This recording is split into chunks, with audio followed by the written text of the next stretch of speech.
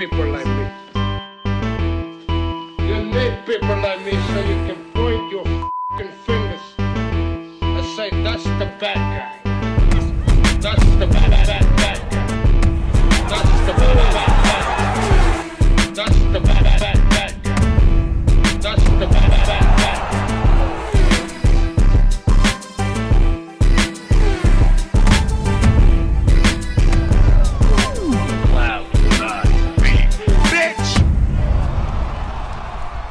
Welcome to the motherfucking relay. We're covering today's top boxing news. Ow!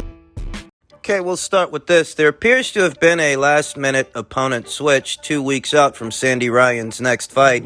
Sandy Ryan's next fight that is set to go down on the undercard of Dillian Whyte versus Jermaine Franklin. Initially, she was supposed to be facing Mexico's own Magali Flores for what was Magali's WBC Silver Super Lightweight title. It would be a step in the direction of Chantel Cameron, this division's newly crowned undisputed champion. She has pulled out of the fight, and now Sandy's going to be taking on Argentinian slugger, former two-division champion Anaí Esther-Sanchez, which, for my money, is actually a better, more... Magali Rodriguez, who Sandy was supposed to fight, she's not as experienced at this weight as Anaí Esther-Sanchez. I think she only had one fight there. The virtue of facing her was that WBC silver title. But Magali herself is not that experienced as a super lightweight. I think she normally campaigns down there at featherweight. Featherweight, that's 126 pounds, whereas this is a 140-pound contest. And to my knowledge, Magali only had about one, maybe two fights there. Yeah, Anaí Esther-Sanchez is a better opponent choice. That's the same Anaí Esther-Sanchez that Katie Taylor boxed many years ago for what was Anaí Esther-Sanchez's WBA title. That was down there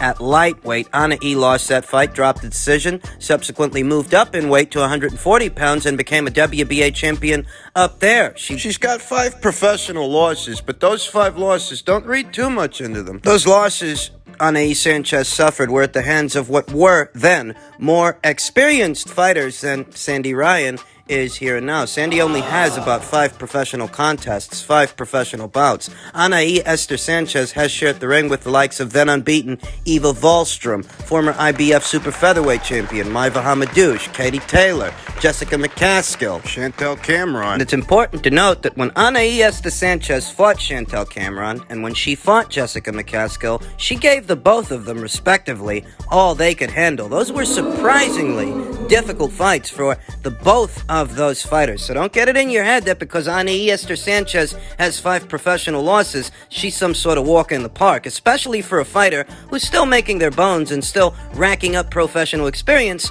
like Sandy Ryan. There's always room for surprises. Yeah, Erica Faria surprised her in their first fight. Earlier this year, she has since avenged that loss to Erica. Comes to Anaí Sanchez. Anaí saw action a little over a month ago in September. It was her first and only fight of this year, but in that way, she has boxed in the last 12 months, and she won't have any ring rust to shake off ahead of this fight. Sandy's been a little busier. She saw action 2 times already this year. Sandy Ryan, who debuted as a professional in July of last year, boxed 3 times last year, 2 times already this year. This will be her 3rd fight in the year of 2022 on the undercard of Whyte versus Franklin. Yeah, I think this will prove a tougher assignment than the Magali Rodriguez fight would have been because Magali's not really a super lightweight. The only drawback is that WBC silver title Magali is in possession of. The only drawback is that now Sandy won't get the chance to fight for it, and that title, it would bring her one step closer to taking on Chantel Cameron. But this still is a better fight. Anaí Esther-Sanchez is a more experienced, tougher, more durable super lightweight than Magali Rodriguez ever was. And you have to compete at a certain level in order to beat her. There will be a noticeable discrepancy in size between Sandy and Anaí, but, there was a noticeable discrepancy in size between Sandy and Erica. Look what happened the first time she fought Erica. So, Sandy towers over most other super lightweights in this division. She's a tall drink of water as far as 140-pound fighters go. She's got the kind of physical dimensions that could see her one day campaigning as a welterweight or even a super welterweight, though for now she's campaigning as a super lightweight, and as stated, there will be a noticeable discrepancy in size between Sandy and Anaí. Anaí will be the shorter, stumpier fighter, albeit the more experienced fighter. This last-minute opponent switch, it's really not bad news. This is actually a better fight than Ryan versus Rodriguez would have been. I'd have picked Sandy to beat Rodriguez comfortably with her size, power, long levers, and her boxing. She'd have proven to be too much for Magali Rodriguez. I think that Esther-Sanchez is a little bit more adept to the task. She can give Sandy a little more to have to work around. So yeah, it's definitely a better fight. Set to go down 2 weeks from now on the undercard of White versus Franklin. Keep your eyes peeled for Ryan versus Sanchez. In men's flyweight news, we saw Sonny Edwards successfully defend his IBF flyweight title against seasoned veteran Felix Alvarado. A dicey situation on paper because Felix is a very experienced guy and stylistically, pressure fighter versus pure boxer. That was a dichotomy for this fight, with Felix Alvarado being the pressure fighter and Sonny Edwards being the economic, mobile, pure boxer. Oftentimes, when this kind of stylistic matchup takes place, usually the pressure fighter ends up getting to that pure boxer. We saw this not that long ago in the Zelfa Barrett versus Rakhimov fight. Zelfa Barrett was holding his own for a while, but eventually the pace got to him and Rakhimov stopped him. In recent years, the Jarrett Hurd versus Erslan De Lara fight, Jarrett Hurd versus Tony Harrison, Willie Nelson versus Tony Harrison. More often than not, when the pressure fighter is opposite the ring, a pure boxer, the pressure fighter eventually gets to him, but that wasn't the case yesterday between Felix Alvarado and Sonny Edwards. Sonny showed that he's that special pure boxer. Most pure boxers can't keep up with the volume and the pace that a pressure fighter sets, but Sonny Edwards, he's got some hell of an engine, fancy feet, and counters to boot. I had this thing scored 8-4 in favor of Sonny Edwards, whose pivots and counters... The reason that pure boxers usually end up faltering to pressure fighters is because the pure boxer, the according to Hoyle pure boxer, wants to fight at a controlled pace. They don't really want it to be a shootout. They themselves, they're snipers. They like to fight at a safe distance, long range. On their toes, navigating the ring, creating space, and subsequently maintaining it. Your average pure boxer. This is how your average pure boxer goes about fighting a fight, but I think yesterday Sonny Edwards effectively proved that he's above average. He's really not just your average pure boxer. He didn't allow himself to get outworked by Felix Alvarado, and he didn't let Felix set his feet in order to draw power from the ground up. He kept the guy moving, walking him into shots, countering him, pivoting to change the angle of attack as to hit him with shots from angles that Felix wouldn't see. Adequately protected his midsection. There were several moments where Felix Alvarado tried to go to Sonny Edwards' body, and Sonny's defenses held up. There were really only one or two dicey moments in the fight, I'd say. Dicey moments where Sonny Edwards looked to have been giving his legs a break, laying on the ropes, and still adequately defending himself. He wasn't getting ragdolled on those ropes, but it did look like his legs needed a... Yeah, there were 1 or 2 rounds where Sonny laid on the ropes, and it looks like he was taking those rounds off to give himself a little bit more time to recharge, refuel, get back on his bike, and get back on those counters. So how do you reconcile a pressure fighter who's supposed to have a stylistic advantage faltering at the hands of a pure boxer? How do you make that make sense? Well, there is the level at which the fighters compete.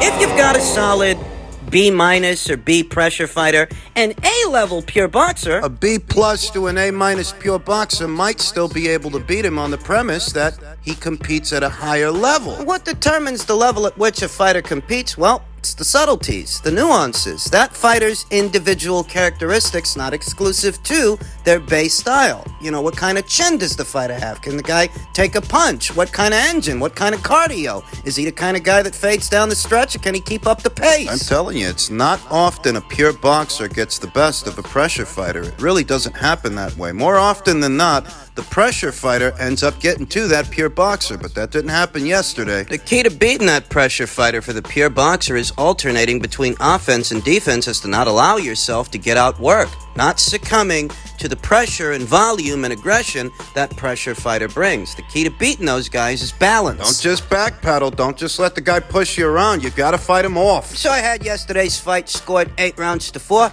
in favor of Sonny Edwards. What felt a lot like a rehearsal for an even bigger fight with a more familiar face, a more familiar fighter in Julio Cesar Martinez. We know negotiations between Julio and Sonny fell apart some weeks ago. This mandated title defense against Felix Alvarado services as good preparation for such a fight should those talks between Sonny and Julio resume. Post-fight, Sonny Edwards also called out Bam Rodriguez, who's set to be moving down in weight, targeting the newly vacated brown belt, the newly vacated WBO title. I don't think Sonny's going to have all the problems with Bam he's had dealing with Julio Cesar Martinez, who's been consistently inconsistent. The only guy more inconsistent than Julio right now is the guy he was supposed to be fighting, McWilliams Arroyo, and what is their cursed rematch that isn't happening anymore since McWilliams Arroyo decided to retire. The second time he's decided to retire in the last month. They were supposed to be fighting again on the undercard of Chocolatito versus Estrada 3, but once again, something's gone awry. McWilliams Arroyo has called it a career. Not sure right here and right now who it is Julio is going to be boxing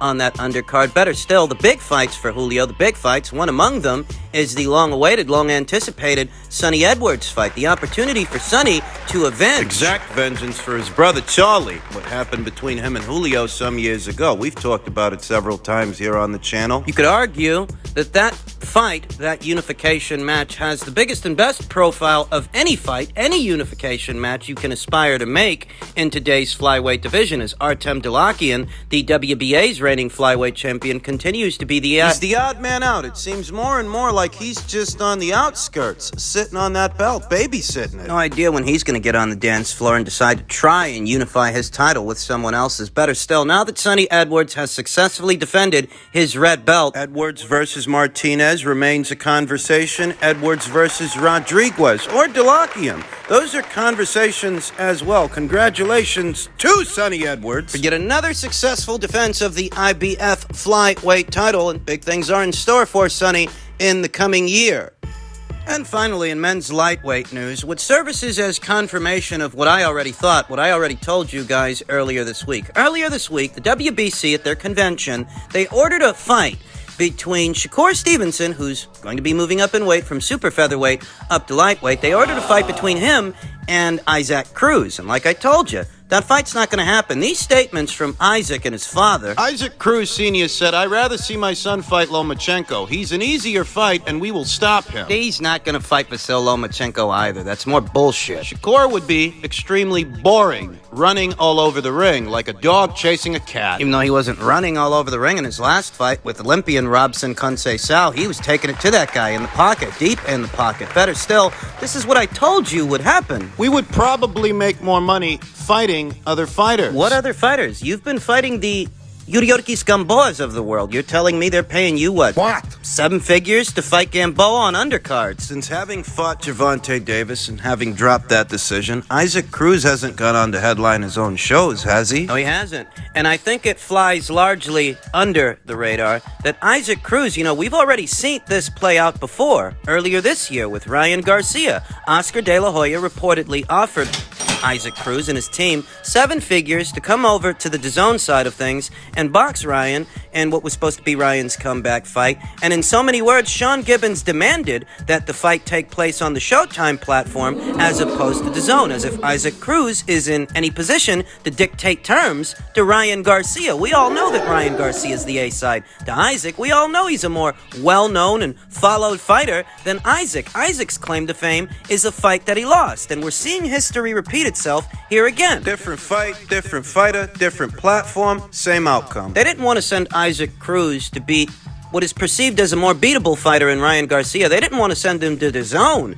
to fight that guy. So you think they're going to send him to ESPN to box a more capable fighter with a more pesky-based style in Shakur Stevenson? No, I don't think so. They're not. I actually saw people getting all wound up, getting excited when the WBC's order came down by way of their convention, ordering Shakur Stevenson to fight Isaac Cruz, and I don't know what those people were excited about, because I told you, that fight's not going to happen. Just because the WBC orders a fight doesn't mean it'll come into fruition. In fact, most of the fights they order don't come into fruition. Promotional and network politics still have a role to play, and while some want to romanticize the sport of boxing to where no fighter is afraid of any other fighter, listen, sweetheart, one way or another, Isaac's handlers are guiding him away from Shakur Stevenson. Yeah, maybe Isaac ain't afraid of Ryan Garcia. Maybe he's not afraid of Shakur Stevenson either. But one way or another, his handlers are guiding him away from that fight. So what do you want to call it? I think the saving grace in all of this, the silver lining, is that Shakur Stevenson doesn't need Isaac Cruz anyway. He doesn't need anything he has,